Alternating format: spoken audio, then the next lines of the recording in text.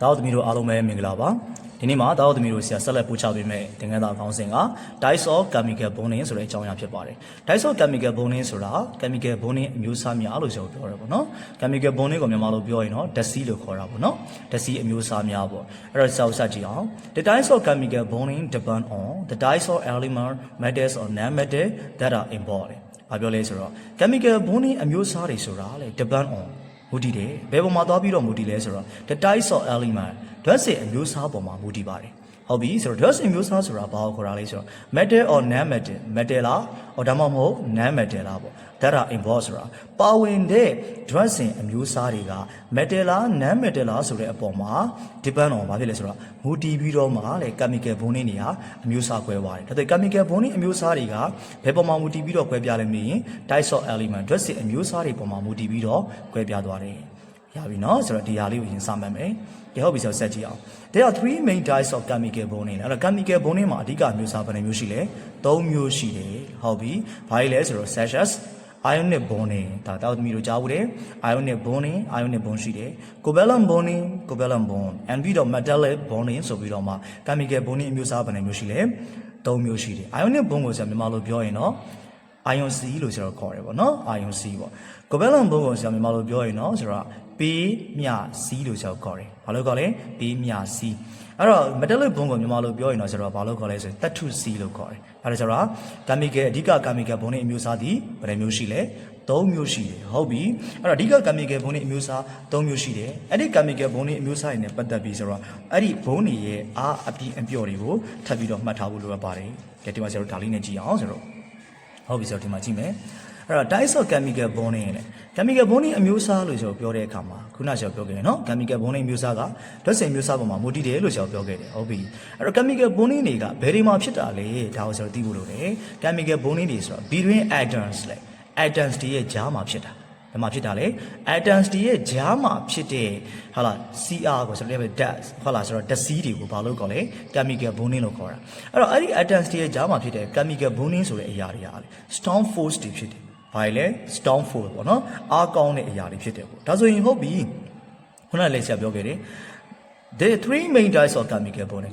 အမျိုးအစားဘယ်နှမျိုးရှိပြောခဲ့လဲ3မျိုးဘာတွေလဲဆိုတော့ ionic bonding covalent bonding ပြီးတော့ဗာလဲ metallic bonding အဓိကအမျိုးအစားဒီဘယ်နှမျိုး3မျိုးအဲ့ဒီမှာဆိုတော့ထပ်ပြီးပြောမယ် covalent bonding လို့ပြောတဲ့ပြမြစီမှာဆိုတော့နောက်ထပ်ဆိုတော့ထပ်ခွဲထားတဲ့ဘုံမျိုးစားတစ်ခုရှိတယ်အဲ့တော့ covalent bond ရဲ့ special type လို့ဆိုတော့ခေါ်တာပေါ့နော်အထူးပုံစံအနေနဲ့ခွဲထားတဲ့ဘုံတစ်ခုရှိတယ်သူ့ကိုဘာလို့ခေါ်လဲဆိုတော့ coordinate bond လို့လည်းခေါ်တယ်တနည်းအားဖြင့် dative bond လို့လည်းခေါ်တယ်ဒါလေးပါဆိုတော့ထပ်မယ်နော်အဲ့ဒါဆိုတော့အဓိကဘုံမျိုးစားကတော့ဘယ်နှမျိုး3မျိုး covalent bond မှာထပ်ခွဲထားတဲ့ special type အနေနဲ့ရှိတဲ့ဘုံမျိုးစားက coordinate bond or dative bond ဒါလေးကိုရင်စမှတ်မယ်ဟုတ်ပြီဒါဆိုအဲ့ဒီ chemical bond တွေမှာတစ်ခုနဲ့တစ်ခုဆိုတော့အားတွေမတူကြဘူးတစ်ခုမှရှိတယ်တစ်ခုချင်းစီမှာရှိတဲ့အားတွေကမတူကြဘူးဒါဆိုရင်အဲ့ဒီအဓိက chemical bond မျိုးစား3ခုထဲမှာအားတိုးသွားတယ်တော့ကဲဆိုကြည့်မယ်ဆိုရင်ဘယ်သူကဘုံအားအကောင်းဆုံးလဲဘယ်သူကဘုံအားအပျော့ဆုံးလဲဆိုတော့ကြည့်အောင်ဆိုတော့ဒီ3ခုထဲမှာလေ ionic bond covalent bond 3ခုထဲမှာဘုံအားအကောင်းဆုံးဒီ ionic bond ဘာလို့လဲ ionic bond ဆိုတော့ဒီမှာလေးရေးထားတယ်နော် ionic bond ဒီဘုံအားအကောင်းဆုံး ionic bond ပြီးရင် metallic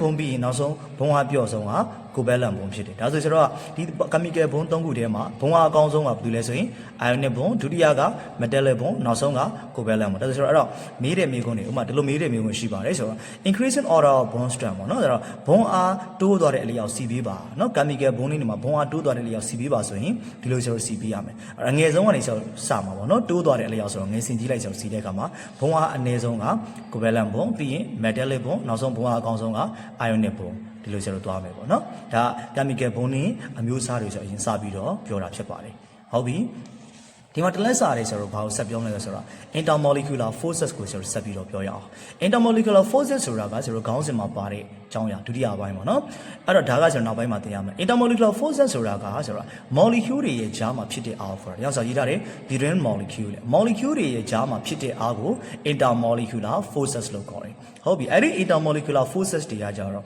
weak force တွေဖြစ်တယ်အားလေ weak force အားပြောတဲ့အားလေးပေါ့နော်ပြောတဲ့အားလေးဖြစ်တယ်ပေါ့နော် chemical bonding တော့ခုနကပါလေ strong force လို့ပြောခဲ့တယ်အခု intermolecular forces ကကြတော့ weak force တွေဖြစ်တယ်ဒါတော့ intermolecular forces မှာအမျိုးအစားအားဖြင့်ဆိုတော့ပြောရင်အဓိကအမျိုးအစားကတော့2မျိုးပေါ့ဘာနဲ့ပါလဲဆိုတော့ hydrogen bonding နဲ့ van der Waals forces ဆိုပြီး2မျိုးရှိတယ် ဘာနဲ့ပါလဲဆိုတော့ hydrogen bonding နဲ့ van der Waals forces ဟုတ်ပြီ van der Waals forces မှာဆိုတော့၃မျိုးပြန်ခွဲတယ်လေသူကဘာလဲဆိုတော့ ion dipole interaction dipole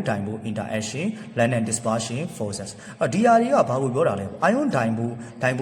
လို့ဆိုတာဘာကိုခေါ်တာလဲဆိုတာကျွန်တော်နောက်ပိုင်းကြိုင်ကျွန်တော်သိလာပါလိမ့်မယ်လောလောဆယ်ဆိုတော့ဒီတိုင်းလေးပဲအရင်မှတ်ထားပါနော်အဲ့တော့ intermolar forces မျိုးစားတွေကိုပြောပါလို့ဆိုတော့မေးလာရင်ဒါတွေကိုဒါတို့သမီးတို့ဖြည့်ပေးရမယ်နံပါတ်1 hydrogen bonding နံပါတ်2 van der Waals forces မှာ၃ခုပြန်ခွဲတယ် ion dipole interaction dipole interaction နဲ့ London dispersion forces ဟုတ်ပြီဒီ intermolecular forces ဒီမှာလေးပဲခုနကျတော့ chemical bonding လိုပဲအားအနေအများဆိုတော့ပြန်ပြီးတော့စီထားတာရှိတယ်ဟုတ်ပြီအဲ့ဒီထဲမှာလေဒီ intermolecular forces တွေထဲမှာအားအကောင်းဆုံးကဘာတူလဲလို့ဆိုအောင်မေးရင် hydrogen bonding ဒီအားအကောင်းဆုံးလေ hydrogen bonding ပြီးရင်ဘာတူလာလဲဆိုတော့ van der Waals forces တွေတဲကမှ